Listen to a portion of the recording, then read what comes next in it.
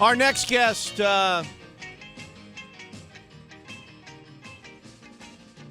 did some very nice things here in Seattle in the Northwest for the Seattle Seahawks when he came to town. He took them to the Super Bowl, of course.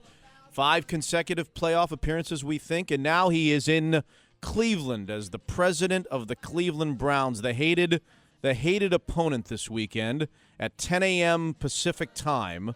The Seattle Seahawks go on the road to the Cleveland Browns to face Mike Holmgren's built.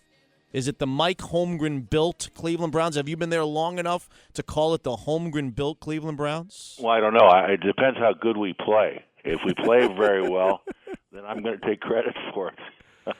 No, it's we're in the process. So, hey, good morning to you. How are you? I'm doing fine, and just so you know.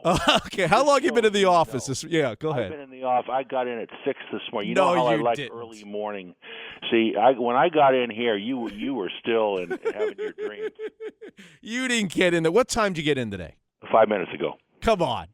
5 minutes ago, I said I raced in the door, grabbed my coffee. Give me my coffee. I got to get on the radio. Oh, dear. How are you and your wife enjoying Cleveland? Everybody wants to know. You know, when we found out that you'd be going to Cleveland, we thought, Cleveland? I mean, he's lived in Seattle all these years. We have such a beautiful city. We take such pride in what a great place to live this is. And now he's going to Cleveland. How are you and your wife adjusting, or have you adjusted to living in Cleveland? Well, we're doing fine. Thank you for asking. We miss Seattle, and we miss our friends there, but there are great people here. It's quite different, you know, in the Eastern time zone, and you're right on the Great Lakes, but you know, our time in Green Bay kind of got us used to the weather situation. So, and you know what, Mitch, if you're in this business and you have to move around a little bit, it boils down to the people more than the place most of the time, and they got great folks here and there. Now we just got to try and get this job done. You know, all the kids are still in Seattle, so I get reports all the time on how you're doing. Yeah, you do?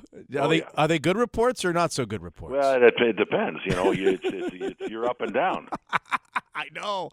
How long are you going to do this? Is this going to be a long-term? I mean, are you going to be in 10 years, are you going to be the president of the Cleveland Browns, or is this a short-term deal? Well, you know, it's hard to tell for sure, but I'm not pretty sure it's not going to be 10 years. You know, we still have our home in Seattle, and you know, again, like I said, the kids are there, the grandkids are there, and I don't think they're going to be moving anywhere too soon. So, you know, our vision is to kind of get back into that area at some point. Exactly when that is, I would like to see improvement here and lay the foundation here so they can feel good about their team again before I make any changes at all. Mike Holmgren joins us on the Zeke's Pizza Hotline. So what kind of team are the Seahawks going to face this Sunday? Is it a good football team? Is it an okay football team? What's your honest assessment of what kind of Brown squad you got over there? You already beat one of my teams. I guess you're going for the clean sweep on Sunday at 10 a.m. Well, you know what? You'll watch us play, and you know, we're a young football team. You know, you know, you combine the youth really that we have on the team and a new coach. And at times, you know, we kind of look young out there. And then at other times, you know, we execute very well. I think we play pretty good defense. Dick Duran, who was the defensive coordinator, who you know, is doing a heck of a job. And Ray Rhodes is on the staff here, who you know. So they're doing a great job. Offensively, we're inconsistent. And that comes with having a young quarterback and young receivers and rookies starting the left guard and all those things. But when we can eliminate our own mistakes, we're not bad. You know, we'll see. Okay, how come, like when Bill Parcells went to the Dolphins? Yeah, I'd watch the game and they'd constantly show these pictures of Parcells sitting in the box and writhing and wrangling with all the things that were happening on the field. We see these pictures on the TV. How come when I tune into a Browns game, I never see or am I just missing them, the shots of Holmgren up there? Are you in a similar situation up in a box? Where do you watch the games? And then the second question is, how do you find it is emotionally in terms of stress? We all remember that the famous cutaways of you on the sidelines, which you hated. of the intensity of Mike Holmgren and how you kind of were stressed out over just about every play. How are the emotions of it being upstairs versus being on the sidelines? Well, I remember those pictures of Bill too, and Parcells, and then I'm in a similar situation. I'm upstairs. I was in being upstairs. I'm kind of aware of the possibility that they're going to shoot me and get a shot at me. So really, I don't want to be hanging out of the booth yelling from up there. I don't want that picture. I don't want that picture shown because, to be honest with you, now listen, I'll just tell you this. Okay. That I do get a little fired up there now. No, do you really? Yeah, oh yeah. And so, but I also know this that it's not my role anymore, and that's maybe the most difficult thing has been the most difficult thing for me, after being on the field for so long and feeling like you have some control over the outcome or what's happening out there. Now I'm upstairs and I have no control over anything, really, and so. I'm working through that. I think I'm better this year than I was last year, but that's a tough thing because that's the chess game. I've told you this a few times. The chess game of calling plays and outfoxing the defense and the emotions of what's happening on the field.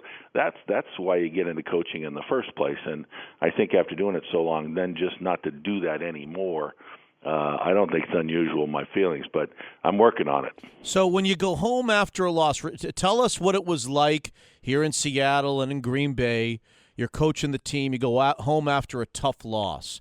What's that like versus leaving the booth in Cleveland after a tough loss? Is it all the same, or is there a different dynamic in play when you go home to Kathy? Well, there should be a different dynamic, but it's I'll tell you a story. We lose the Bengals in the first game this year, and we had some guests in town, and then we went out to dinner after the game, and I'm not. After win, lose, or draw, after a game, I'm kind of quiet because I was kind of drained all the time, and I wasn't real social. People would say, well, he's not very social. Well, I'm tired, And so, and that night I was upset because I thought we had a chance to win the ball game, and I was really kind of a jerk, And then the next day I went to work, and I kind of banged around here and yelled at people, and then I went home that night, Monday night, and Kathy goes, look, if you're going to act that way, get back, go coach again. If you're going to be miserable like that and make people miserable, well, you might as well coach. So yeah. I said, well, okay, point well taken. I'm not coaching anymore. I don't want to be angry all the time. The emotions should be different, and so I'm working on that. Tell our listeners, if you would, the story that you told me about when Matt Hasselbeck came to town with the Tennessee Titans, and you played the Titans at home in Cleveland a few weeks ago. Yeah, I was looking forward. The Tennessee Titans are run by Mike Reinfeld, who's a good friend. Lake Dawson, who was a good friend. They work for me. Yeah. Rustin Webster, who was with me in Seattle right near the end.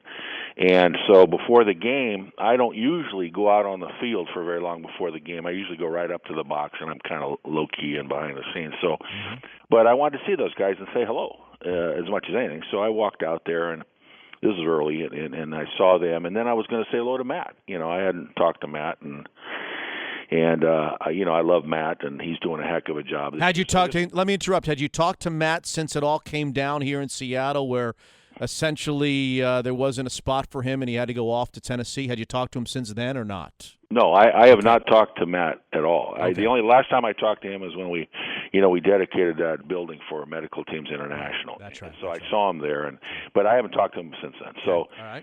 And it would have been kind of inappropriate, honestly. So I purposely didn't. But I wanted to say hello to him and congratulate him really and tell him how proud I was of him. And so I was talking to Reinfeld and those guys before the game out there. I said, "Where's Matt? I want to say hello."